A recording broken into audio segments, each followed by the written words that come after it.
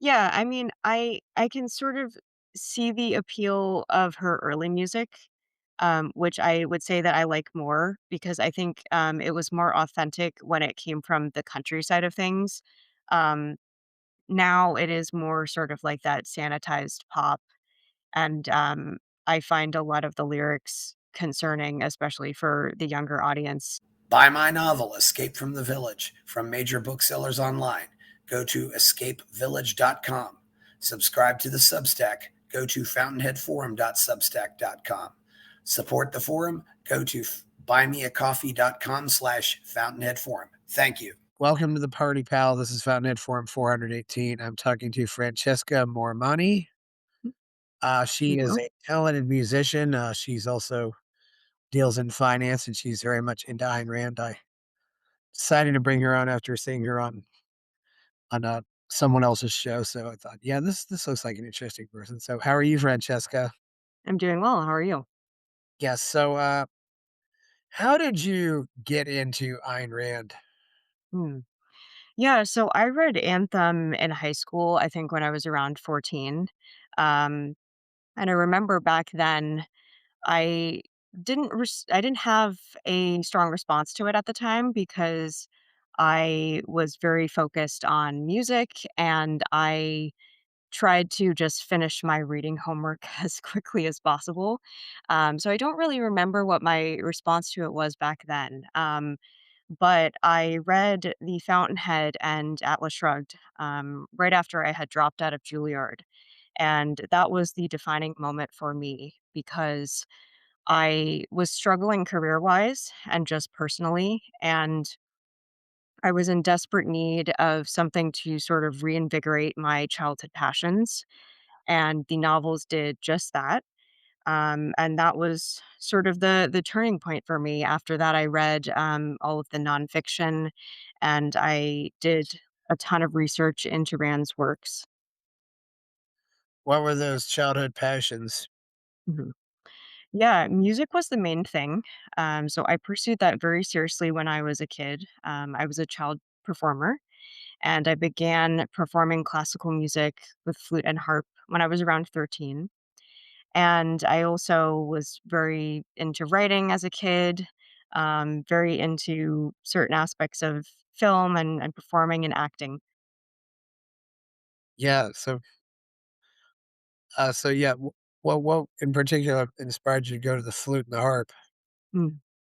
I had actually started on piano when I was around 3, and that was because my dad is a classical pianist, and so I learned just by watching him, and I developed those skills through ear training. So he would play something, and then I would repeat it. When I was around 9, I went to a flute and harp concert. My parents took me to a lot of different classical music concerts, and this one really made an impression on me. There was just something about the synergy of the 2 sounds. And I think also from a historical perspective, there was something that attracted me aesthetically to both instruments because they have more of a Renaissance feel to them. And that was in line with a lot of the fantasy novels that I liked reading and the historical fiction. And then also, I just wanted to have instruments that were sort of separate from the piano that my dad taught me because I wanted more autonomy. So that was how I learned about those instruments. And then I decided that I would play both of them. What kind of fantasy novels? Ooh, I love Lord of the Rings. That was what made me want to become a writer. And, Frank Herbert with Dune, that was also another novel I loved. And then things that sort of are into the sci-fi genre, such as Asimov. Oh wow, yeah.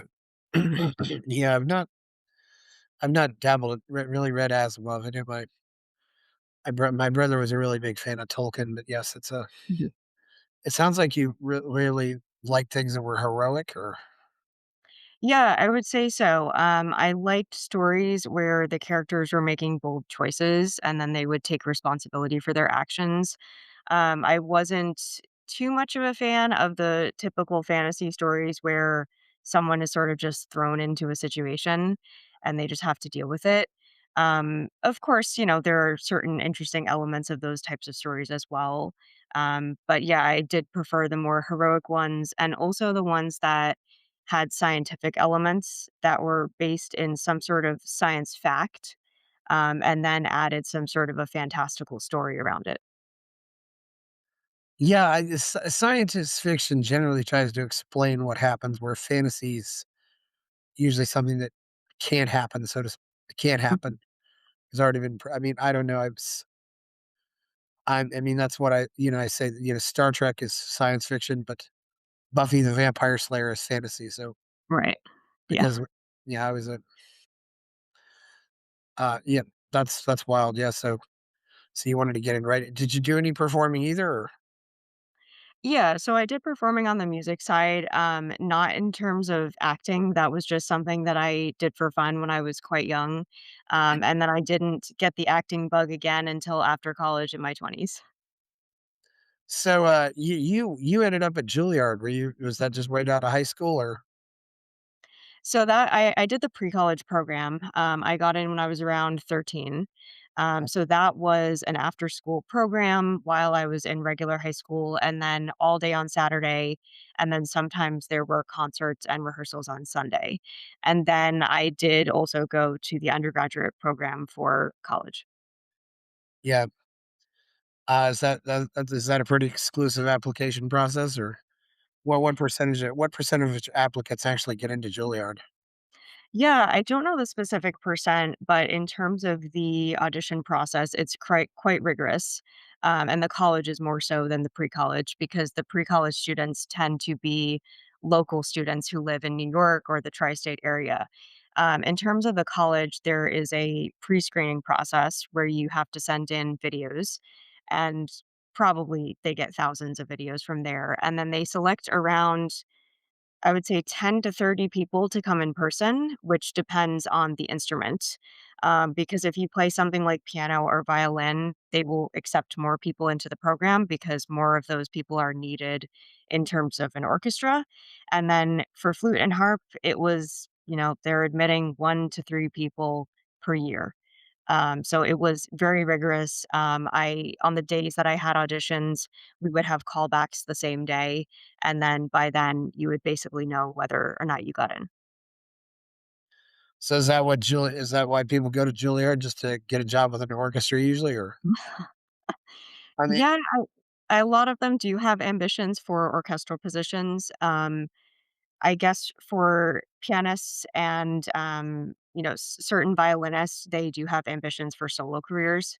A lot of people do chamber music, they'll form their own groups, and then some just become music teachers. A lot of the students who end up doing the undergraduate, master's, and then doctorate end up teaching at the pre college.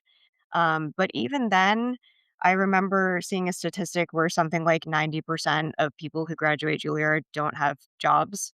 And I think the reason for that is in terms of orchestra, there's only a couple of seats yeah, open and people have tenure. And so the spots don't open up very often.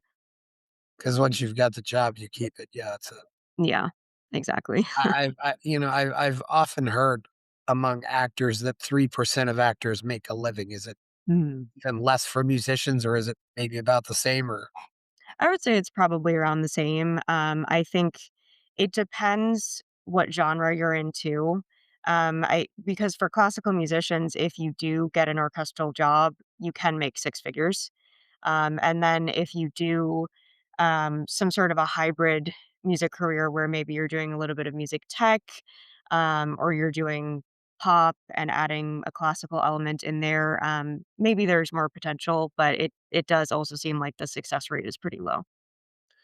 but also if you're in a or in an orchestral musician, you probably also have to live in places like New York that are much more expensive than average. Hmm. It depends. I think that all of the major orchestras around the country and probably around the world too, they do attract high quality musicians, just because the spots are so few, and so people have to travel and move to different places to get those positions. But yes, in terms of the top quality orchestras, that'll be New York, Philadelphia, LA, Chicago, Berlin, etc. Yeah. So what happened at Juilliard? Yeah, I would say, my pre-college experience was more positive than my college experience. In terms of pre-college, I think because I was still in regular school for some time, I did have some sort of isolation. Um, it was very isolated because I had other activities outside of school. And then the college was much more rigorous. Um, there were certain things that I learned that I will take with me for the rest of my life that are very positive, such as discipline, dealing with very high pressure situations, learning how to multitask and improvise under pressure. But then there were, of course, more negative aspects to it, such as the toxic nature of the industry and how certain things can become very cutthroat. What were some examples of you talked about the toxic nature, the cutthroat nature of the industry? Yeah, it's very focused on how other people are performing. And what I mean by that is, teachers in various studios will constantly talk about what the other players are doing. Um, in some cases, unfortunately, teachers will pit students against one another. Have students perform in the same competitions. And unfortunately, I think that has very negative psychological effects of students constantly worrying about, are they going to beat this person at a competition? Is this person going to this music camp? Are they doing well in this competition? Which, it's very secondhanded. And I think that I wish that it was more individualistic and that teachers promoted students comparing how they themselves have improved versus how other people were doing. Yeah, I see what you mean. And of course, there's not real. For example, if you're, I used to swim, and I always said, yeah, well, I took 10 seconds off this time. And Mhm. I'd be constantly competing against myself, but you Right. can't really do that with music, and of course, you don't have objective measurements of music like that.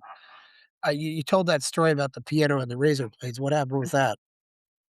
Yeah, that was a story that I heard, when I was at the pre-college, and I heard that there was a piano competition at the college level for a concerto, and it was between 2 students, and, one student knew where the other one practiced and reportedly put razor blades in between the keys, and when the other kid went to practice, he cut his fingers and couldn't play. So yeah, I mean, it was that type of environment. I would sort of liken it to the movie Black Swan, if you've seen that, where you No, know, it's about the ballet industry and it sort of gets into the psychotic nature and the desperation of what happens when you think that your entire value and your career is determined by how you're performing in one competition, and the likelihood of you getting replaced feels like it's quite high. yeah, that's wild. I don't. I think I've sensed some things like that in other creative fields. I Mm, don't know what it is, but actors are not like that at all. Maybe it's because acting is so much about working with other people, and you have to get along with these people. So, mm, and in some cases, you're often told, acting is about making the other person look good. And but yeah, it's because I know Juilliard. Because I actually know one woman who went to Juilliard in the acting school. So yeah, mm. because they do have an acting school. She was there when Robin Williams is there. So Oh, wow. Very that's nice. definitely attracted some good people. But yeah, so that's pretty. That's unfortunate that it happened that way. So you just kind of you just lost it. Kind of killed your passion for music, didn't it? It sounds like.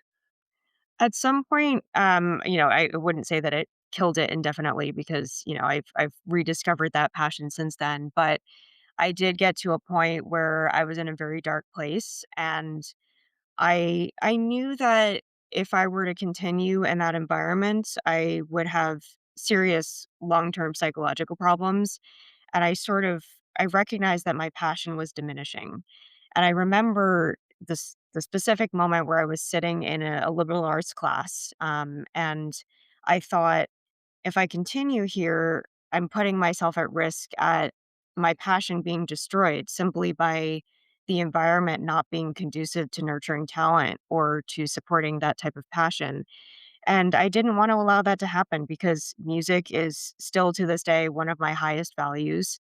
And I just it would have been tragic if I had just decided that that was that. I was done and my passion had been ruined forever. So I'm so glad that that's not the case. Yeah, and maybe you get out because growing up, having known some former child actors, Mm, some of them didn't do anything else, so it's like, what do I have now that I've lost acting? right. I mean, I don't know if you had other interests, but you certainly I mean, growing up really is a time to experiment with everything, and I really do, it really is unfortunate when some kids don't do that, and, Mhm, you know, and especially in sports, it's now told, they're now told, "Well, you gotta play one sport all year." It's like, I think that's horrible, but, right. did you play any other instruments or try besides the ones you mentioned so far? Well, flute and harp are my main. I still did piano on the side, which was great for me because that was something that I could do with music that didn't have a lot of pressure associated with it. I still had to study piano at Juilliard because that was part of the curriculum. And then I did a little bit of singing, and I didn't start to take that seriously until after school in my 20s. And now I am an opera singer as well. But yeah, flute and harp were my main for many, many years. That was what I did as a child performer. And so, I traveled around playing in orchestras with those two. One thing, if you know you can sing, one thing you can always get weddings. Boy, people That is true. I know people that make good money for that. But, Yeah, you usually work on a Saturday, but you get a couple hours, and I guess just because it's a wedding, people are gonna overpay for it, so singing is absolutely yeah. Uh, I got asked, did you ever consider doing something more poppy or anything like that, or did you Mhm. always wanna do classical music, or did you ever think about saying, "Oh, I wanna be, Carly Simon or Barbara Streisand?" Yeah. I mean, my interest in pop actually came after Juilliard, because by a random story that happened, I got in touch with a producer who was doing hip hop and a lot of pop stuff. And he wanted instrumental additions to what he was doing to add more melodic material to an industry that tends to be bland in a lot of ways and have a lot of auto tune. And that led to me working with Warner Chappell, which is a publishing subsidiary of Warner Music, and doing a lot of collaborations with contemporary artists. And actually, last year, I started working on my first pop project as a soloist. I don't know when that will be released, but I will be singing for that. And it's sort of a cinematic Baroque pop style, I would say, like alternative, like 1920s, 1950s noir, a lot of film historical influence. And I plan to add a lot of classical elements into that, but then, of course, have the pop beat to sort of make it a hybrid. Yeah, there is some flute and pop music and certainly piano, but Mhm. I don't know if there's any much in the way of harp, but I Yeah, it's not as much. There is a lot of harp and R&B. And then some rappers have used loops with harp. I love when I hear harp in music because, yeah, I agree with you. It's not too common. yeah, and I have to admit, when I hear music, I don't know. I know some people can really identify the instruments. I really haven't learned how to do that. Did you ever listen? I think the most famous flutist I know is probably Ian Anderson of Jethro Tull. I don't know if you have an opinion on them or not, but Yeah, I mean, those are definitely different stylistically than the school that I learned from. Yeah, I would say, some of my favorite flutists are Jasmine Choi, Ram Paul, Julius Baker, because they have such pure, beautiful tone and such consistent vibrato. I think, in the case of some of the more traditional players, they've just done classical, but some of the more modern flutists are now doing jazz, which I find really cool and fun. And then, yeah, some interesting pop crossovers for sure. Yeah, yeah, certainly. So you lost. So how did Ayn Rand help you get your passion back for this? Mhm. Yeah, I resonated very much with the worldview that she presented in her novels. I read Fountainhead first, and that was most applicable to where I was at the time because I was an artist primarily and in at a very high level.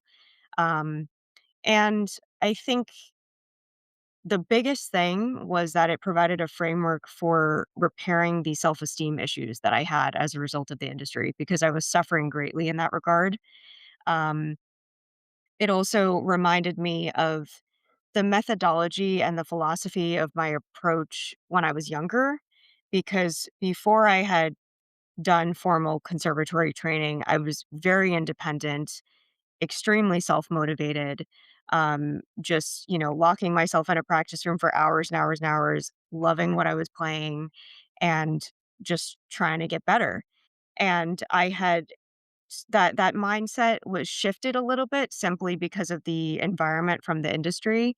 And so the novels, because they're so heroic and, she presents characters that are very independent and very motivated, it reminded me of how I used to approach music. And I used that as a means of just slowly inching back into finding that passion simply because I wanted to do it, simply because it was fun to practice at home and I didn't need to necessarily, play for anybody or expose myself to that anymore. Yeah. So it's almost like you got disconnected from yourself and then you got Mhm. reconnected. Yeah, I would definitely say that. And I think, it required years and years of consistent work to build up that self-esteem. And, of course, that's something that's necessary to work on for one's entire life. But I think because I had developed that foundation when I was quite young, um, that was easier for me to draw on than if I had had an early childhood where a lot of that toxicity had also existed. Yeah, so that's and it's unfortunate that you have this toxicity. I don't know. I've heard variations on this story about Mozart, but somebody, a student goes up to him and says, "I want you to teach me how to write a symphony." And Mozart said, for example, "I think it would be best if we start with something simpler like minuets." But he Mm. said, "But you were writing symphonies when you were 8 years old." And Mozart said, "Yes, but I didn't have to ask how." Yeah, I love that. I mean, there were some aspects of music that I felt were intuitive, simply because I had started when I was quite young, and I learned from the Suzuki method, which, as I mentioned, was my dad would play something and then I would try to replicate that. And I didn't learn the technical aspects of music until I got formal training. And then I got more into reading music, learning the mechanics of what actually works. Um, but I do remember having ideas for compositions when I was young before anyone had given me guidance on the structure that was required. Because if you listen to something like Mozart enough, I think that it's sort of possible to anticipate where the music is going if you just know, the way that certain chords are resolved or the way that certain melodies flow. But I do think it's also teachable. Yeah. Do you think this is a skill that's really taught as nurture, or is it nature? You know,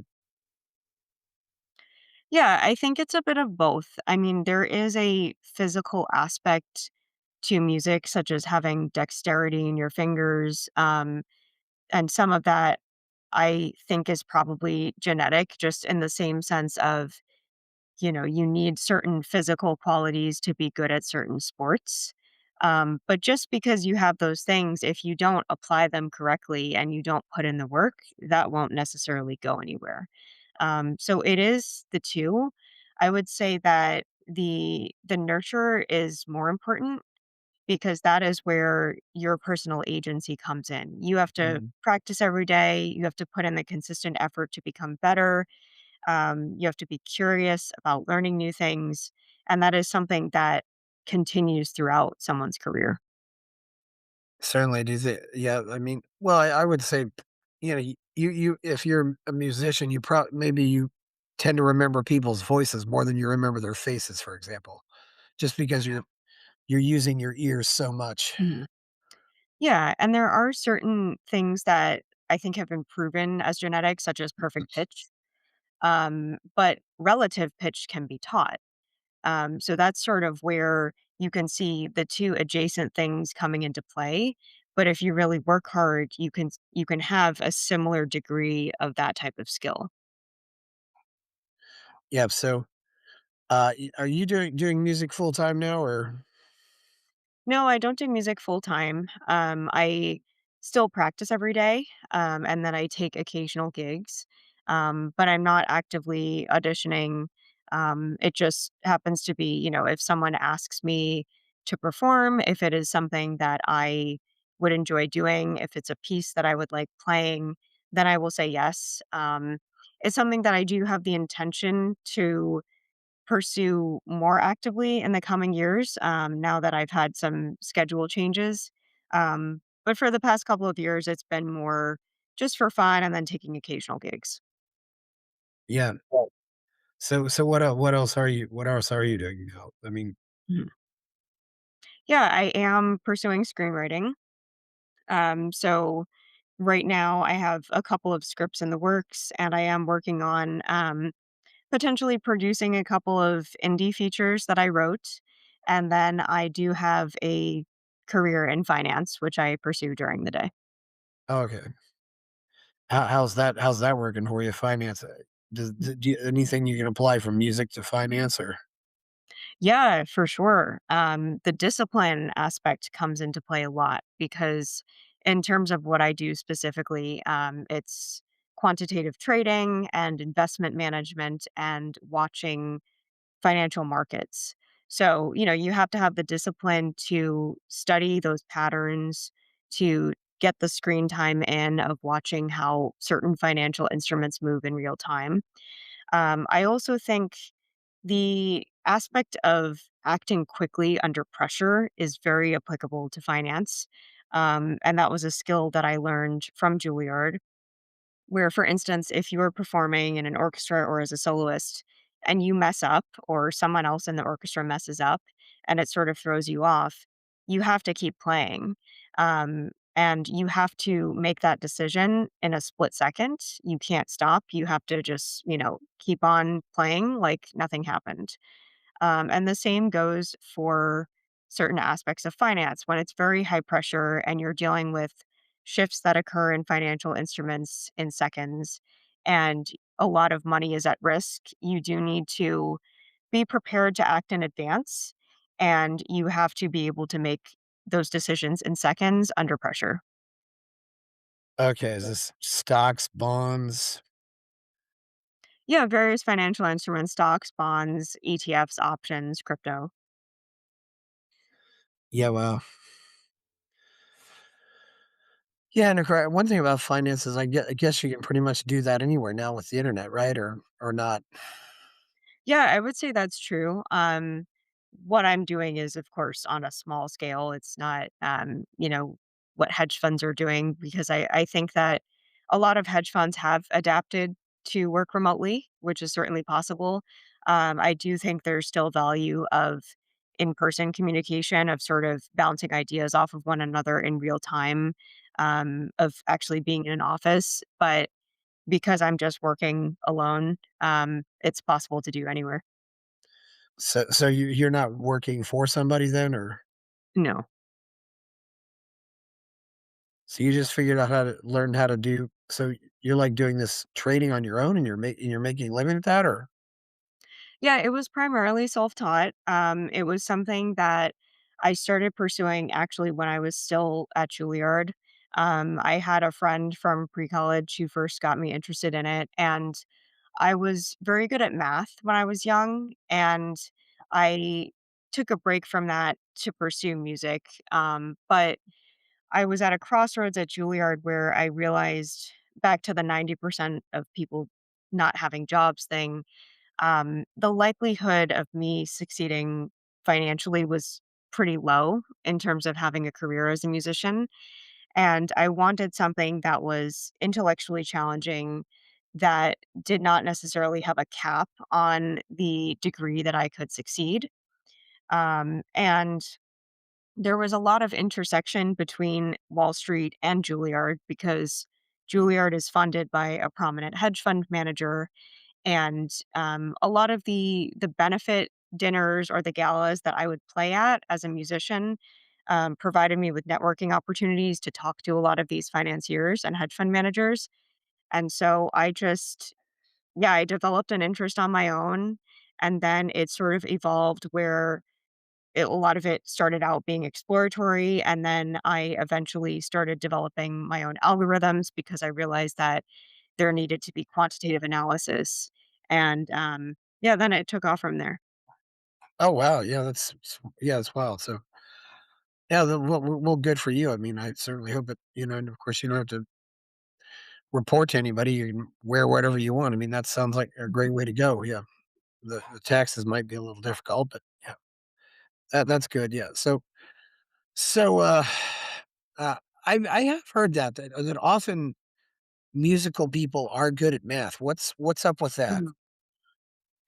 Yeah, I've seen a lot of crossovers with that too. I think the the closest comparison I've been able to make is with music theory, meaning that there is a structure that works in music.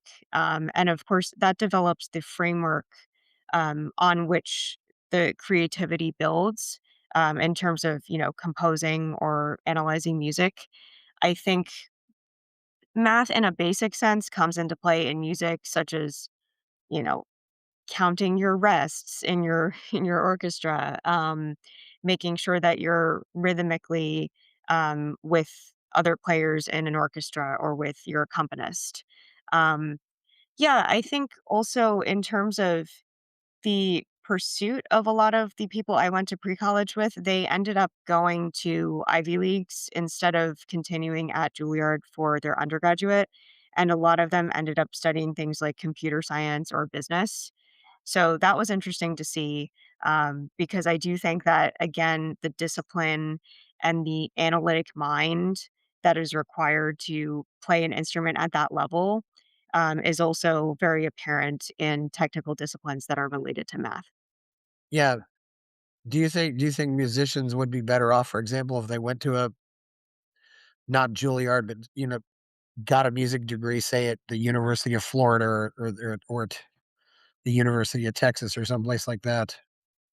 Yeah, I think it depends on the overall goal in terms of someone's career. If you are interested in becoming a soloist or an orchestral musician, honestly, I don't even think going to a conservatory is necessary, because what you could do is just study with a private teacher and prepare for those auditions. Um, it depends what someone wants, because, of course, going to a rigorous conservatory program exposes you to a lot of different performance opportunities on a weekly basis, and then learning music history, theory, ear training, and all of that. But yeah, I have a lot of people I know who did undergraduate at traditional colleges, and they majored in something that was completely different from music and then maybe minored in music. And I remember that most of them told me that the level of the orchestras were still quite high, especially in the tri state area or the Northeast, because you would get a lot of these people who had gone to a music pre college program and still maintained their musical skills at a high level. Yeah, certainly, well, it's, you know, how do you get to Carnegie Hall? Practice, practice, practice. Yeah. Uh, yeah, so it's, so where else do you think Ayn Rand has, influenced your life in all this? Mhm. I think it has influenced me in terms of the moral pursuit of my careers, and pursuing what I do in an ethical and a rational way. especially coming from the music industry. A lot of the messaging I received was, you know, epistemological subjectivism or emotionalism. And I was brought up to be a very rational person because, my parents emphasized independence, autonomy, critical thinking. So it, in terms of being in an industry where there's again a lot of toxicity, or being on the financial side of things where there can be a lot of crime or just a lot of shady things that might happen. I think it's incredibly important to be consistent in your convictions, to pursue what you're doing with integrity, and to just pursue what I love. I'm lucky to be doing exactly what I've loved in childhood, and that provides me with a ton of fulfillment. Yeah, were you an only, or did you have siblings that were doing this as well? I'm an only child. Okay. So you got a lot of attention. I maybe I shouldn't ask this, but did you ever get it, you during all this music, was there ever say something like a Harvey Weinstein situation, or if you don't want to answer that, that's fine. Where somebody says, "Well, I'll give you an A if you do this for me," that kind of thing. I was super fortunate that that never happened to me, and I think that was because, my parents were very open with me about things. I could talk to them about anything. They were very supportive, and they came with me to all of the performances that I did. Um, but yeah, unfortunately, I do know people who have experienced things like that. It's heartbreaking because I that has destroyed a lot of people's love of their music, and it messes up people psychologically when they're kids and they're that young and they don't know any better. I think the reason why a lot of that occurs is because it's quite common for teachers to sort of blur the line between personal and professional and get very involved in what is happening with these child performers outside of their performance careers. And then, it creates a lot of very messy, horrific relationships like that. Yeah. Well, it can even happen to you when you're in your 20s or your 30s too. It doesn't Yeah. I mean, yeah, I can't, and I cannot think of anything worse than just ruining when somebody loves something and you just ruin it for them. I think that's Mm. just horrible. Yeah. I mean, and parent, and I don't know what do you, but I also, some of these kids who get into these mu- into into acting and stuff. Some of the parents just let them go and aren't watching them at all, and then some of the Right. parents are always watching them, and I think that also makes a difference. Yeah, I think that, there's a degree where certain parental involvement can also become a problem. In the case of places like Julliard, or, the stereotypical dance mom, there can be very overbearing parents who are essentially forcing their kids to perform at a high level, and these kids don't want to do it. The parents don't respect their kids' autonomy. And I think a lot of that comes from the unfortunate fact that these parents did not pursue what they wanted to do. It's very sad. I wish that these parents would just take the approach of, if they want to be doing this thing, it's never too late to be playing instruments for fun. They should be doing that instead of projecting that onto their children, because that creates a lot of psychological issues for the kids as well. Yeah, and I don't know, and of course you also can have the crazy sports dad. Yep. And I do wonder, if the kids are. I mean, I know a lady who teaches piano, and I once asked her. I said, "How do you deal with this situation where the kid really doesn't want to be learning piano?" And Hmm. she told me, I said, "Well, what I usually tell the parent is, I said, you got to take the class for me too," and then that ends up changing their minds. It's because she doesn't want to teach.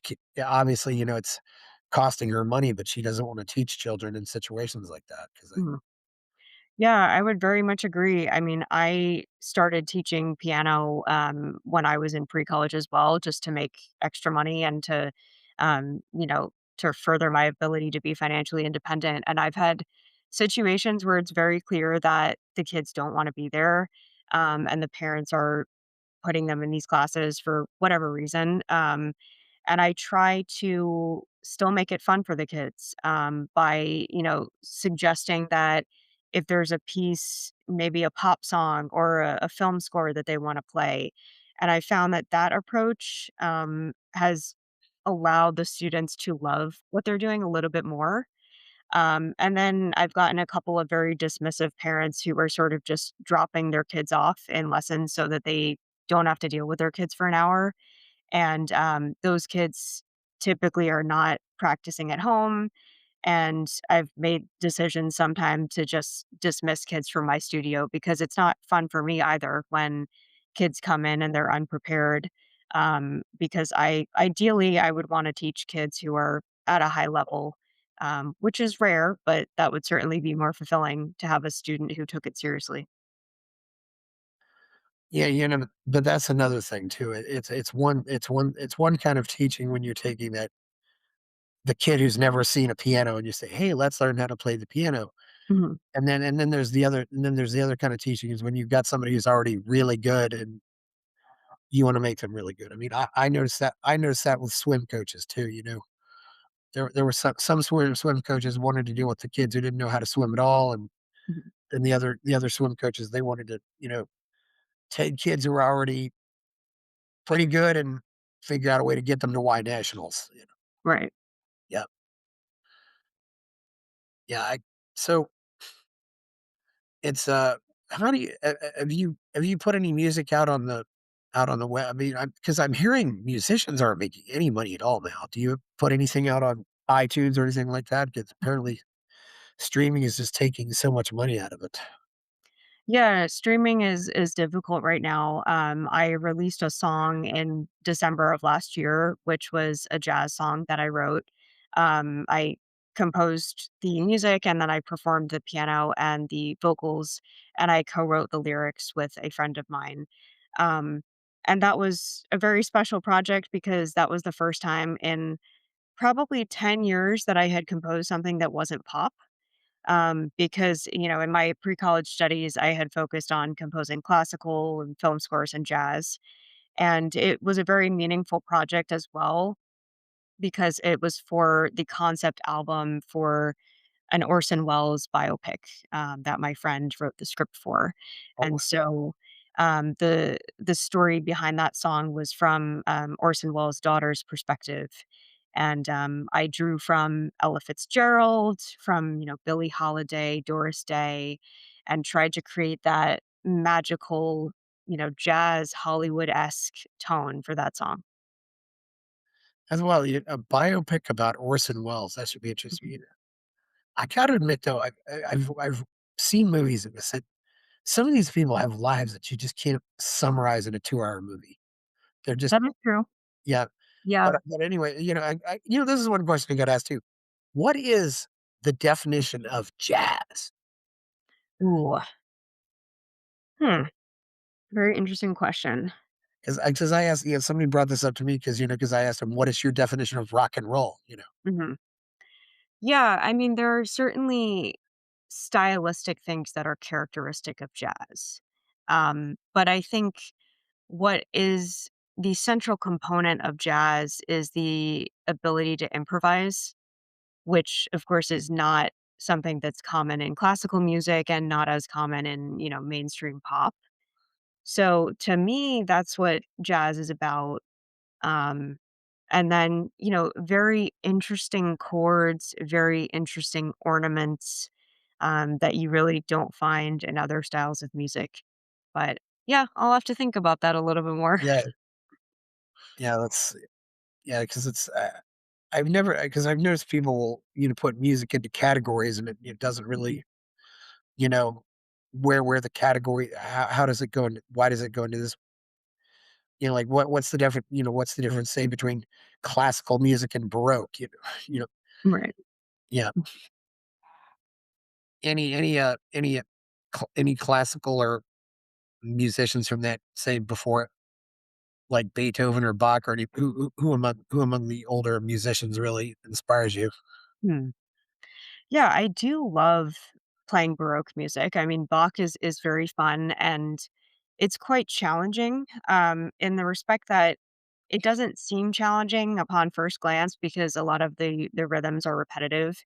But it is in the sense that it's very exposed and therefore anyone playing Baroque music has to be very in time, very precise rhythmically. I love in particular playing harpsichord arrangements on harp. A lot of what I am doing now on harp is arrangements of harpsichord or piano because the repertoire for harp is quite limited. Um, so yeah, I love writing that type of baroque. My favorite composers are from the Romantic period, though. Beethoven or Mozart or anybody? Mozart is also great. One of my favorite pieces is the flute and harp concerto because I can play both parts, not at the same time. But maybe that's an aspiration for the future to do a recording where I would play that and then also do the piano accompaniment. Um, yeah, I love Beethoven for the contrasting element, the surprise of a lot of the dynamics. I find those quite interesting. Yeah, I can imagine. Do you think, d is there any music out there that you really, really just can't stand? The majority of mainstream stuff, I think, it depends. It can be pop, rap. I think a lot of the stuff is unfortunately sanitized for a mainstream audience. There's a lot of auto tune. There's a lack of melodic material. Unfortunately, a lot of the people don't have formal vocal training, which is just evident in the lack of power in a lot of the voices that we tend to hear. Um, it really depends. I mean, I do listen to pop and I do listen to a lot of rap, but it has to be the intellectual side of things where either the lyrics are very thoughtful or in terms of rap where it's just so impressive that people are able to get out that many words in that precise of a way. Um, so yeah, that's sort of my general thought on that. Yeah, because I asked you about Taylor Swift, and boy, Mhm. did you go off on her. Yeah, I mean, I can sort of see the appeal of her early music, which I would say that I like more because I think it was more authentic when it came from the countryside of things. Um, Now it is more sort of like that sanitized pop, and I find a lot of the lyrics concerning, especially for the younger audience. That's not exclusive to her music. That's a lot of the pop stars that are out there currently. What's concerning in your view? Yeah, I would say, the sexualization of a lot of female artists. And some of them play into it where that tends to be the subject matter of a lot of their songs. Um, a lot of songs are driven by revenge mindsets in the lyrics. It seems to be like some themes of narcissism which to me and I've thought about this a lot because it's not like this is anything new. This certainly existed in the pop music that I listened to in the 90s, Britney Spears, Christina Aguilera, the boy bands like NSYNC. Um, but for whatever reason now, I think that it's less innocent. It seems to be more like studios are purposely packaging people into becoming these types of artists. Yeah, I do wonder about that sometimes too, is if they wanna push a certain kind of attitude and Mhm. or push a narrative. I don't know if it's, you know yeah, and obviously, when I think when you're writing music as a teenager, you really are doing it from the heart, and Mhm. as it goes on, though, you might get this stuff that's more of a formula to follow, which I don't understand because you're already making plenty of music and you're already making plenty of money and you've got your audience. But although especially if you look at some of these musicians, also if you look at their early record contracts, they're not making a lot of money. But And Yeah. one thing that I do think, with the internet and stuff, that I do, and I remember thinking years ago that they're more worried, that artists are just gonna go bypass the record companies completely Mhm. and and just go straight to, which you can do now, but yeah, I don't know, there's definitely more. I the one thing I've always noticed is there was definitely a change in music, say, from the early '60s to the late '60s. Yes. Mhm. It was never popular music, for example, was hardly ever political, and it was usually very innocent, and Mhm. Yeah, and I've been thinking about this a lot in terms of, Grammy nominations in particular about the innovative nature of the music that we got in the 60s, 70s, and 80s compared to now. We got more of the singer-songwriter, the independent artists who were doing things mostly with themselves, maybe with a couple of creative partners. And now I look at the credits for songs a lot because I want to see who's producing things, who's engineering things and writing. And sometimes there are 15 plus people on a given song. And I wonder, one, why is this necessary? And two, um, it's the same opinion that I have about a lot of people working in the writers' rooms for TVs. I don't know how it's possible to create a cohesive voice or something that really comes from the artist, him or herself, when there are that many people working on something. yeah, and I think to a certain, you get to that point where too many cooks spoil the pot, so to speak. I don't know Right. why you could have that. And, one thing too is, and, I mean, being a teenager in the late '80s, because she's a less than a year older than I am. I was a big fan of Debbie Gibson just because, she was so happy and smiling. But the other thing too is she was actually the first of all the teen queens who wrote her songs and actually produced the songs. I mean, before it was just, they'd take a pretty girl and just, you know, have her and give her, songs that were usually just do a lot of covers. Here, go out there and sing this. It was so it has gotten better in that sense, but it's Mhm. definitely not changed. I mean, Yeah, I do wish that there was a greater focus on nurturing talent in the music industry on the pop side as well, because I think due to the internet and the fact that anyone can release anything, that's positive in a lot of ways. But I think on the flip side, it also makes it very difficult for real talent to be discovered, which causes problems for reps who are trying to look for talent when they're just flooded with all of this content. It's more difficult to sort of pick out the people who maybe have more potential or maybe have more formal music training. So that's also been an interesting shift that has really changed the industry. yeah. Although I don't know if necessarily the more formal training necessarily makes a difference, but some people just figure out how to do it.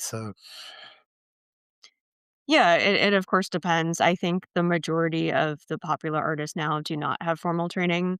But I think that the people who do, it's more evident. And that could be because I'm analyzing music in a very specific way. And that might not be noticeable to a mainstream audience. I don't know. But um, yeah, I just wish overall that there was more variance in the mainstream stuff that we get today. Yeah, I think there I yeah, yeah, there's definitely, I mean, I think because a lot of people see something popular and they just try to copy it, Yeah. I mean, go back to the mid '60s and you'll see, these Beatles sound alike bands, and so many hard rock bands would try to sound like Led Zeppelin. I mean, Mhm. I don't know if they actually even wanted to confuse people, but it was just, yeah, but Yeah. I gotta ask, what do, for example, do you think of, say, hard rock? That's like somebody like Led Zeppelin. Um, I mean, I I say that, I like all types of music, Yeah. if it's done well. I don't actively listen to that type of music because it's just not my personal preference, but, there is merit in a lot of that type of music. I think for the creativity, for the ability to play certain instruments, I think that's great. Um, But yeah, I can't really speak on that specifically because I don't listen to a ton of Led Zeppelin. Yeah. Yeah, you know, one thing I realized about Led Zeppelin too that was interesting is Led Zeppelin was one of the first bands that focused more on selling albums than selling singles.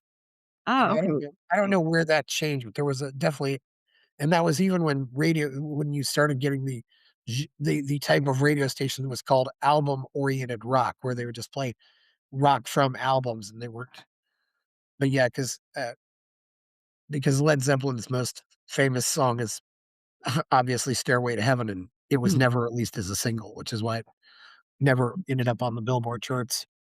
Hmm. Yeah, that's an interesting trend. I'll definitely Yeah, research so, that more. and now you think, with especially with streaming and, maybe paying 99 cents for a song, maybe it went back 2 songs because you can just go on iTunes and buy a song. Right. I don't know if albums and of course, you had albums, album covers and, that's kind of a lost art, because when you had the vinyl LPs, doing an album cover was kind of it was a type of art form, but then when you went Mhm. down to CDs, people didn't care as much, but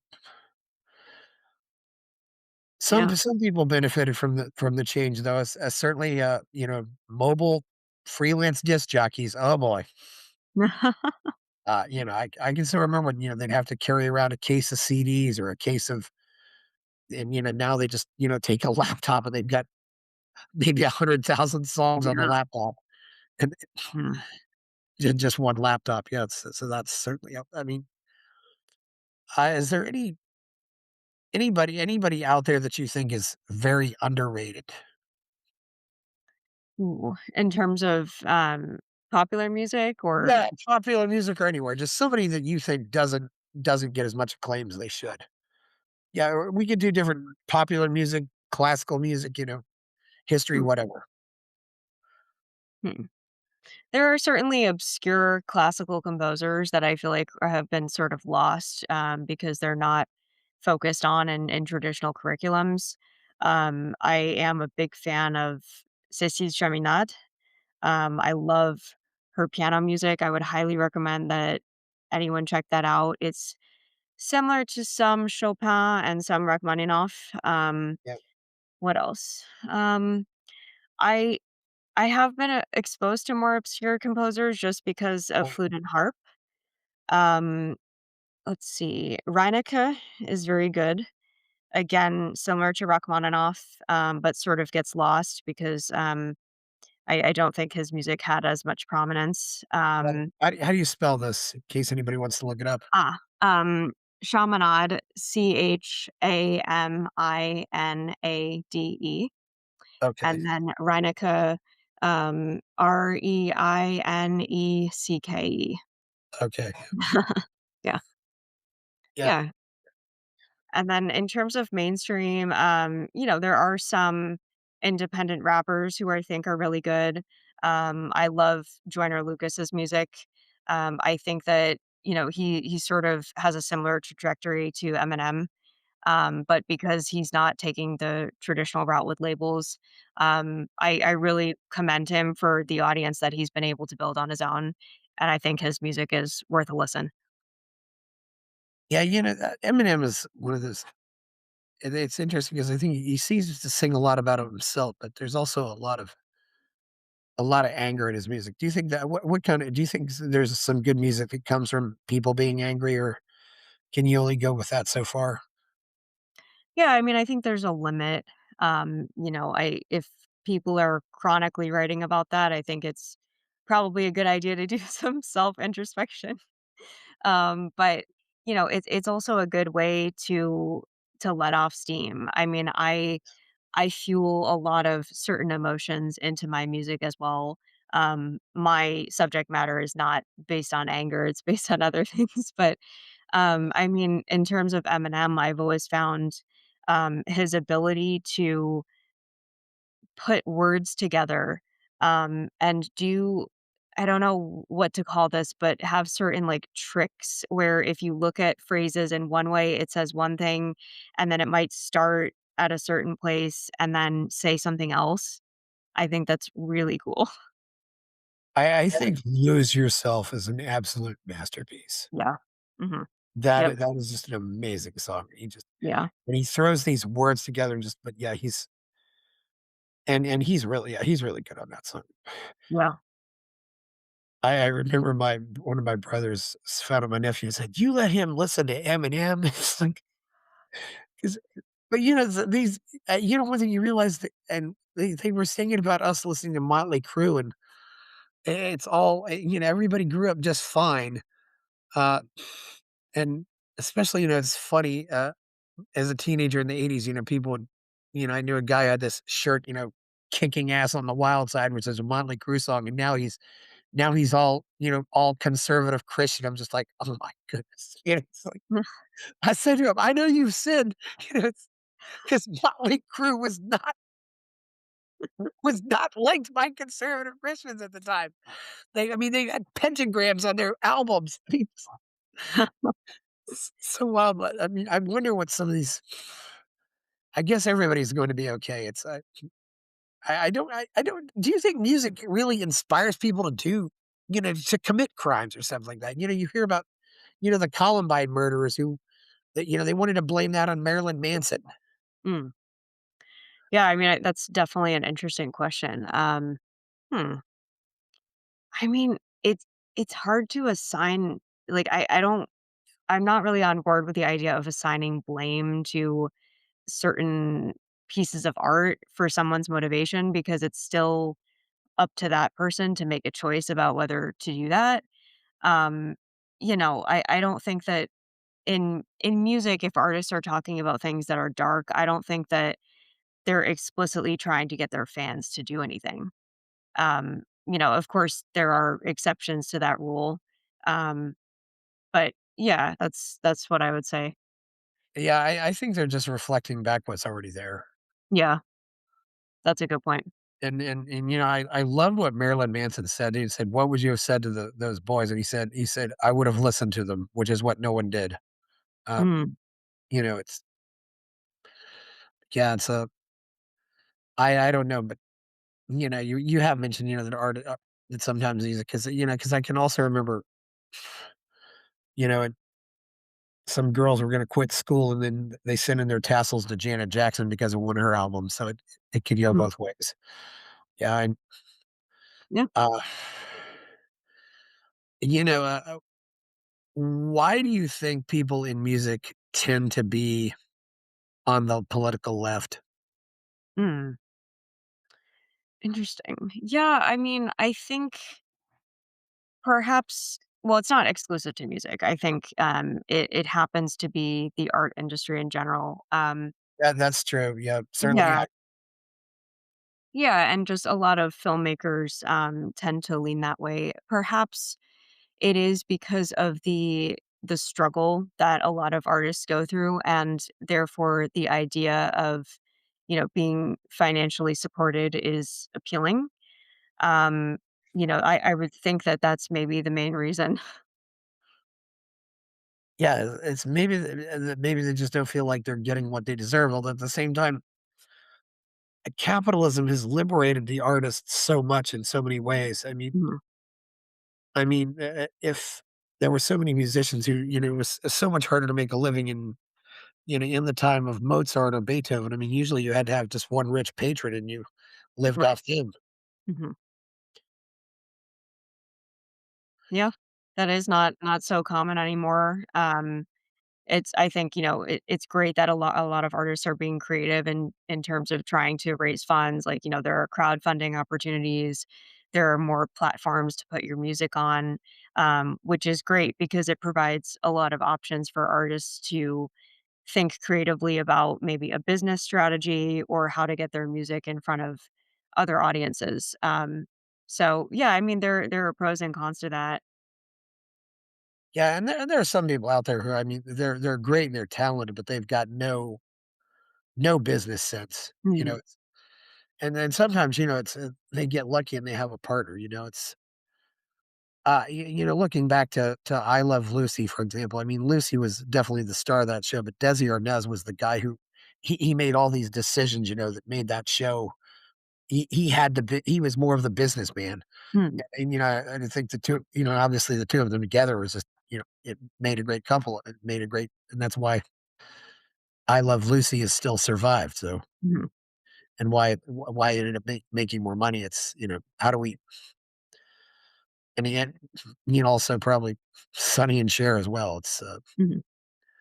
yeah, because I don't know, is there uh, do you from there, I mean, who would you well, yeah, so do you what do you think we might, yeah, you were talking also about, technology also now too. Mhm. It also gets a lot easier to sell to make T-shirts and stuff like that. Because I know a guy who was, he mentioned me now, he says, "Now we're making most of our money selling T-shirts and stuff, as opposed to the Mhm. music." Because we Yeah. I heard something interesting, I think it was on an interview where the producer was making an analogy by saying that, um, if you're someone who's in, let's say, a supermarket and you're handing out samples, the point of that sample is to get people to buy the product. And he yeah, said, the food sample is what the music is, the product is the merch. yeah, Because yeah, it is true that a lot of artists are making money primarily off of merch, off of ticket sales, and of course, they're selling the merch at their live shows. Um, yeah, it's interesting. I am interested in that because I do have an interest in fashion. I do think that a lot of the merch just tends to be, like a basic shirt with the logo or something. And if I were to create my own merch, I would want to create something that's um, more fashion oriented, I think. That way it would stand out. Um, but yeah, I mean, I think it's a necessity now for a lot of people who get signed by labels, they have to do merch. well, it's also, the other thing too is you see somebody wearing a shirt and I naturally think, "Hey, where'd you see it? Where did you go see him?" I said, "Oh, I saw him in Cincinnati. How was the show?" And it starts up a conversation. Yeah, And, that's true. and of course, in some cases, the shirts are almost an advertisement. You'll on the back, it'll say, "Tour '86," and it'll, have all their cities and dates, uh, things like that. It's pretty yeah, there's definitely something about it. I remember, when I was in school, a day after a concert, you'd see a bunch of T-shirts from that concert. It was and some of the T-shirts are actually really good. Yeah. I think some designs are very creative, especially the artists who are collaborating with graphic designers and Yeah, sort of forming a brand around a certain aesthetic. And you're right that it's a good way for marketing to occur in person. And also, yeah, I'm sure, to just create friendships with random people yeah. that you meet to start a conversation. Yeah. Yeah, it does it definitely creates that bond because it's funny, people, if you both really like it's funny how 2 people can like them. If they both like a band, they're instant friends. Mhm. It's really Yeah. and also, also sometimes too, people can actually come together, unify over if they both really hate somebody. I mean, Oh, no. sometimes they found out that on dating sites, too. It's like, well, yeah, I wanna date a woman who hates Stanley Kubrick movies like I do. It's like, okay, yeah, sure. You know, it's, but, you know, Oh, man. yeah, it's just, well, usually people who have the same hates tend to have the same likes, but it seems to stir up more maybe just because it stirs up more emotion. Yeah, Yeah, that is true. actually, I think of all my concert T-shirts, my favorite one is actually from Huey Lewis and the News. I mean, that Mhm. was what they were called. Huey Lewis was the lead singer, and he called the band the News. So they had the name on the shirt, and then they had 3 of them standing, but then the background was just basically a copy of a newspaper. So that was the News. Just and you could actually see, kind of you could actually read. It was a great shirt. I'll tell you what, and what else too, that shirt held up really well. I still got it. I mean, I wore it lots of times and it's still, it's still in, I mean, it maybe has a hole here or there, but otherwise it's still in really good shape. Nice. Yeah, some concert shirts, they don't last long at all, but Yeah. yeah, and they're usually overpriced, but that's the thing though. Who goes to a concert and doesn't buy a t-shirt? It's just, yeah, Yeah, I guess it's more yeah, about the memory of the experience too.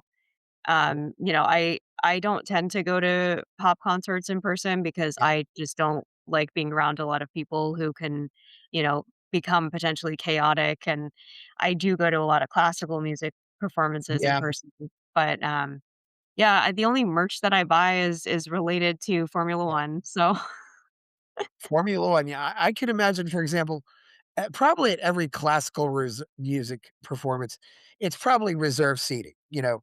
yeah, absolutely, Whereas yeah. whereas you go to a concert, you don't know what you might you'll Yeah, go to some concerts and you'll have reserved seating, but, some yeah, I was never much into mosh pits. I actually remember I saw Cake once and literally there wasn't there we literally just stood for the whole thing. It depends a lot on the show, but yeah, you def yeah, I agree, that's what sort of freaks me out about being in a situation like that. oh, yeah, yeah, people Uh, can go crazy, it's uh, happened, where people have gotten trampled and you end up with yeah. there's a lot of other crazy behavior too, I remember, uh, marijuana use or other things, No. yeah, Mm, another another lady told me, "Yeah, I was at Dave Matthews concert, and all these kids were doing stuff that they shouldn't be doing," it's like, you know, ooh. I mean, yeah, I would imagine that is the but case. if Dave Matthews, I would by the way, Dave Matthews was the one concert I walked out of thinking, "I need to do this again," and I haven't done it Mm, again, but still, that was a because I hear, because some musicians, will go out and play the same set every time and play the same music, right. and then some will just go out and do a different show every night, I Mhm, and also Dave Matthews is, I remember also said they're fine. You bring a camera, bring a tape recorder, they're fine. They just said as long as you do not sell it, they're saying you can trade tapes, you can keep the mm, tapes to yourself, but don't they're totally okay with that. Whereas mm, what do you think about some of the we have these lawsuits. In some cases, I think they are a little bit ridiculous, but mm. other cases, I think they're totally legit. I mean, what do you think about something like sampling or Yeah, I mean, sampling is becoming quite common as yeah, back to, what I mentioned about the Grammys. I think the majority of the songs this year were either sampled or it was just some version of a remix. I don't see any problem with it as long as the original artist yeah, gives permission and that there's some sort of financial arrangement that the people are okay with. yeah, Yeah, unfortunately, there is a lot of pirating that goes on with that. Um, I don't know how easy it is to keep track of that now. I would assume that there are certain softwares that can catch for that. But it's just difficult for the original artist to be notified about things like that because, as an artist, we can't be scraping the dark web for looking for these things. yeah. Yeah. But what do you think, for example, the songs like sound to, and sometimes it's not the artist but the heirs. I mean, Mhm. I can remember Marvin Gaye's heirs sued Robin Thicke, and I just thought, and I just remember thinking though, do you think Marvin Gaye himself would have done this? I mean, Mm, or are they just trying to profit off his own death? I, I I don't know if I really believe in the concept of inherited intellectual property. mm.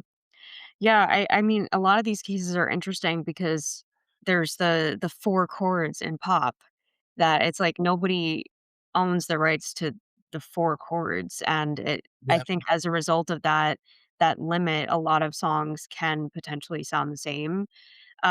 I'm more interested in it from actually the writing perspective because, in terms of like screenwriting, because we see a lot of cases of, estates suing for IP that is similar yeah, to something that somebody wrote. And it's, unless there's a really unique high concept, I think that there will be some overlap in things just simply because. People are reading about the same things. People are trying to work in the same genres. It's very hard to determine, and of course, contextual and case by case. yeah. And let's say there's that song you might have heard it when you were 10 years old, and then 20 years later, you start writing a song, and it sounds like that. Mm, And maybe that song got into your head some ways, but then right. you're bringing it back out. I mean, because I think I mean, I don't think any art really comes out of nowhere. Mhm. Ayn Rand was influenced by Victor Hugo. The Beatles were influenced by Jerry Lee Lewis and Buddy Holly. I mean, it doesn't really. I mean, nobody's completely and totally original. It's where you just make stuff up. It's Yeah. I mean, even when I was sort of trying to compose things when I was quite young, I mean, at that time, the majority of the pieces I was studying on piano were Mozart. And so I thought that the things that I wrote around that time were very Mozartian just because that was what I was exposed to. So it is true that, yeah, whatever you listen to, it does have some sort of influence in that way. I've heard of artists who try not to listen to any music because they're trying to write in a vacuum. I think that would be very hard for me because I like to know what's trending. Like, I like to hear artists who are doing creative things. I think for a lot of the contemporary stuff that I write, I prefer to take inspiration from classical though, because the melodic material is more interesting. yeah. I wonder too if they sample classical music that much because I guess I figured you can't get sued over that, can you? I mean, well, Some maybe rappers you are. get sued, copy a performance, but if you just take something, and play it yourself, Mm. I mean, does anybody really own Beethoven? Yeah, I don't know the answer to that. I think, I mean, a lot of the sheet music is available on IMSLP for free, so it is out of copyright in that regard. But yeah, that's an interesting question regarding the performance rights if a particular orchestra is performing it, Yeah, and then who owns that. And do the individual players, did they get bought out when they were just doing that specific performance? Are they getting royalties? Probably not. I don't know. It's definitely an interesting question. yeah, yeah. Got asked too. Were you ever asked to lip sync? No, I haven't been. No, I think that it's something that probably would come up if my pop stuff tends, ideally, if it goes well. I think, in terms of singing opera, you can't be doing that. Yeah, You have to be very, physically fit to be performing an opera.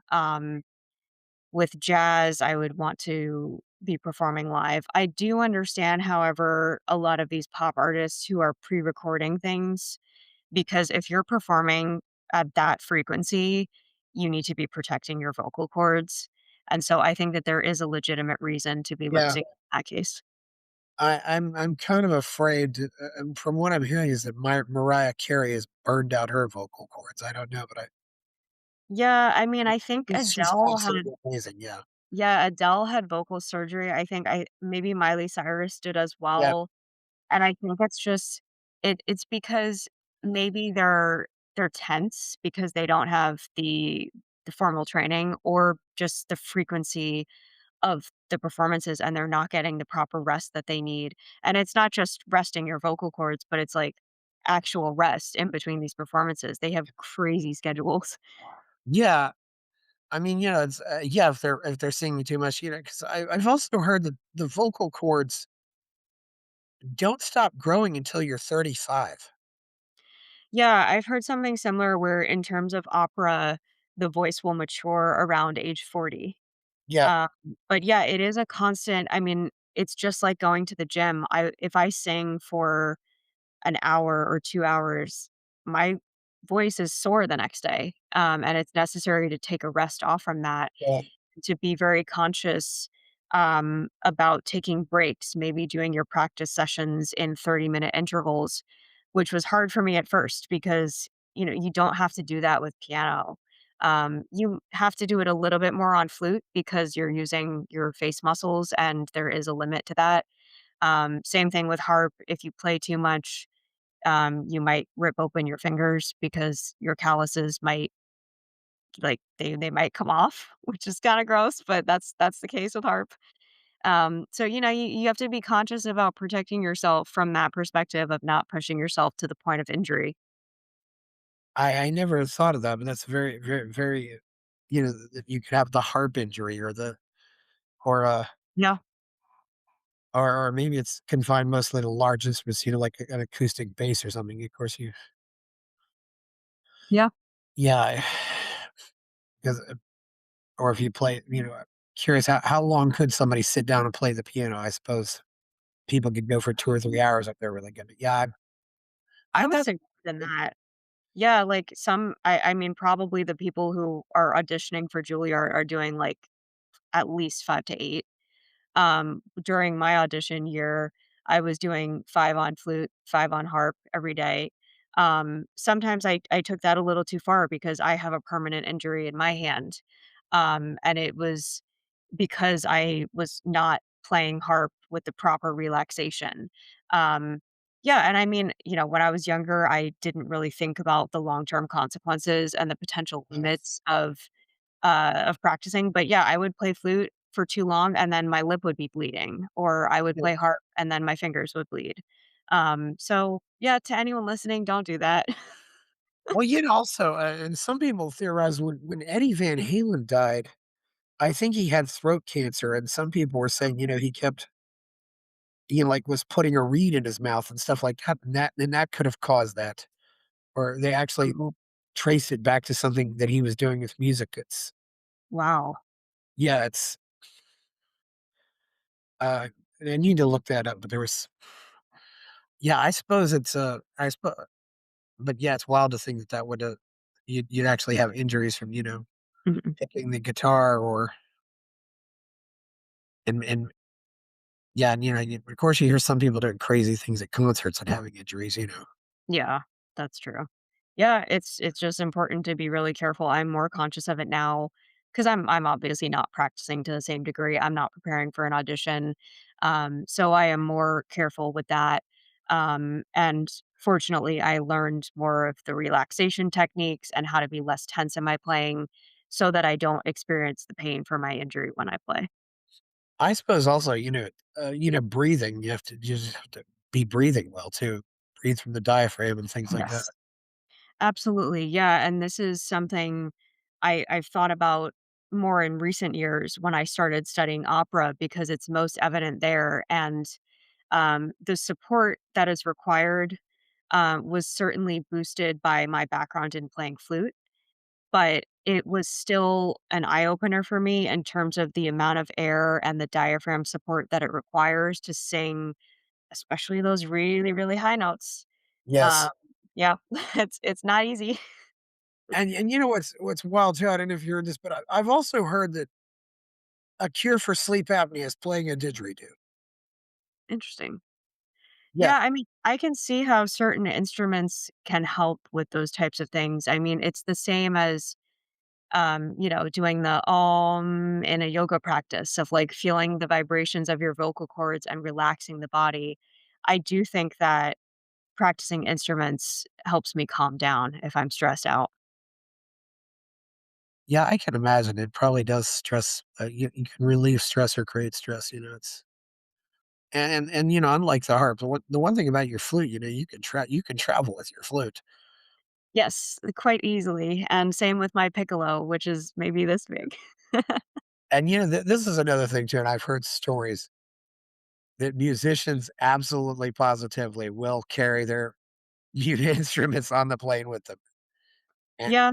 yeah, Yeah, I used to do that. I mean, with harp, that's a whole 'nother thing, but I there are so many stories I have when I was traveling with orchestras, and in particular, the oboists or the bassoonists would get, flagged by TSA because they have to bring all of their reed making supplies, and they have, like, knives and stuff in yeah.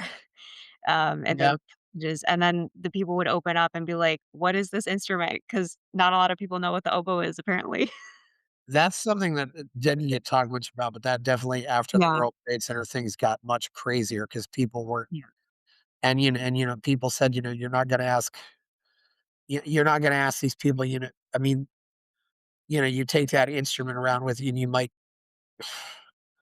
it almost becomes a part of you. You don't wanna Yeah. I'm not gonna go over there and then play your violin. I wanna play my violin. It's Yeah, absolutely. I mean, I remember having problems in a lot of harp auditions when I was not able to bring my harp there because it's funny how even the slightest shift in the height of a bench or the distance between the strings or the temperature of the room can change how you perform. And, a lot of that is not under a musician's control. If you're traveling, you can't always bring a great, Yeah, you know. But yeah, that was something that I had to take into consideration. And I thought that that was also why my flute auditions tended to go better because I always had my flute with me. I can imagine the temperature of the room or possibly the humidity. Yeah, that makes a lot of sense, and, Yep. you know, I just think, do you give your instruments names? I don't have names for mine, but I do know people who do. Yeah, I could, it's a yeah, you certainly, I mean, you know what? You don't have any kids, I guess, but do you want your kids doing this? I am not interested in having kids. Yeah, But, I love mentoring, and sort of yeah. back to the music teaching thing, I would love to have a couple of students who are performing at a high level, because I think the study of music just really helps inform most all other disciplines. So it's an incredible thing to do for young children. I think, it's a great activity. It's more intellectual, especially with what the kids are doing now with their iPads and their phones and whatever. Um, yeah, so I hope for the future that I'll have a couple of good students like that. What do you think about synthesizers and people just making electronic music? I mean, some of it's really good, but Mhm. I don't know. See, and what do you think about artificial intelligence too? Mm. Yeah, I in terms of synthesizers, I have used them for some of my compositions in the rap and the pop space. I've always enjoyed combining that with live recordings, so I'll usually put my flute or my harp on top of that or do some sort of vocal thing.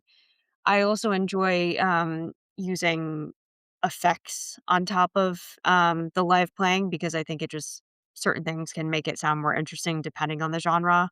Yeah, a mix is cool. I love sort of hybrids of different genres.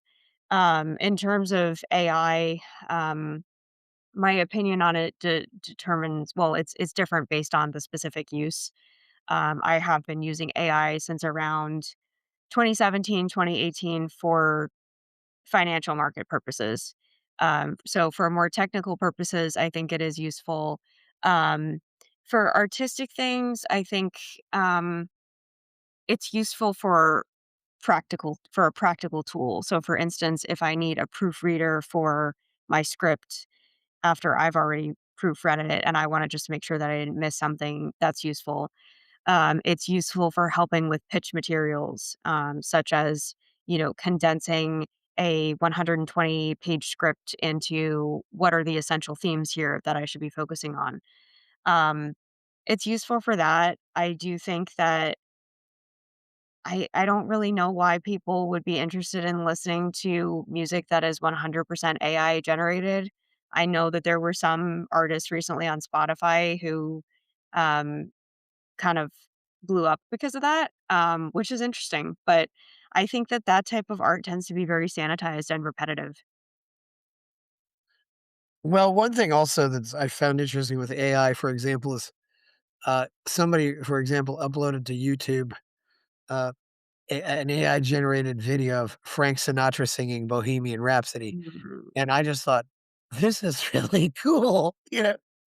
And because you ask him, what would it be like if Frank Sinatra sang Bohemian Rhapsody? And it's like, okay, here we go. Yeah, I mean, it can be cool for that for sure. Yeah. Yeah, or yeah, there's millions of, and I know even before AI, somebody had the. You can also find a bunch of chipmunks versions of songs, Hmm. and some of those are so funny. It's Oh, no. well, people don't realize also, just in the days of vinyl records, if you just put the vinyl record on the wrong speed, that's what would happen. Right, that is You know, true. it would Yeah. sound like the chipmunks. I think that was probably how they produced the sound. It's Probably, yeah. Well, that's good. Yeah. Well, this has been a enjoyable. I don't know if there's anything else. Where anything else to go on here. We didn't talk that much about Ayn Rand or objectivism, but it's uh. So yeah. So do you anything else you want to say before we go? Um, yeah, thank you so much. This was great. Yeah. Yeah, I mean, looking forward, I'm excited to continue working on some of my creative projects. I hope that I'll have more stuff coming out soon. I'm working on a thriller novel right now, which hopefully it'll be published this year or the next. And then working on my pop music projects and just a couple of other miscellaneous things. So Oh, yeah, I'm excited for this year.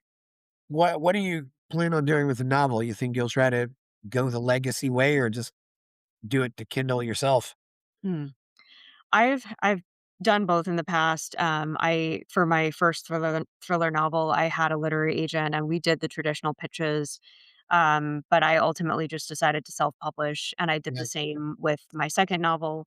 For the next one, I am going to try to go the traditional route, and that's because I adapt all of my novels into feature scripts, and I am going to try to pitch this one simultaneously. So, in the ideal situation, the rights for both would be sold simultaneously. That's maybe not likely to happen, but we'll see. Yeah. Okay. Well. Yeah. Where can we find you out there? Yeah, so I have a website. It's ffmormani.com, and I'm on all social accounts at ffmormani. Oh yeah. Okay. So please like this show, subscribe to the channel. Go buy my novel, Escape from the Village. Check out my Substack, and people are giving me money and buy me a coffee. So thank you, Francesca Mormanni. I'm Chris Baker. We're out. Buy my novel, Escape from the Village, from major booksellers online. Go to escapevillage.com. Subscribe to the Substack. Go to fountainheadforum.substack.com. Support the forum. Go to buymeacoffee.com/fountainheadforum. Thank you.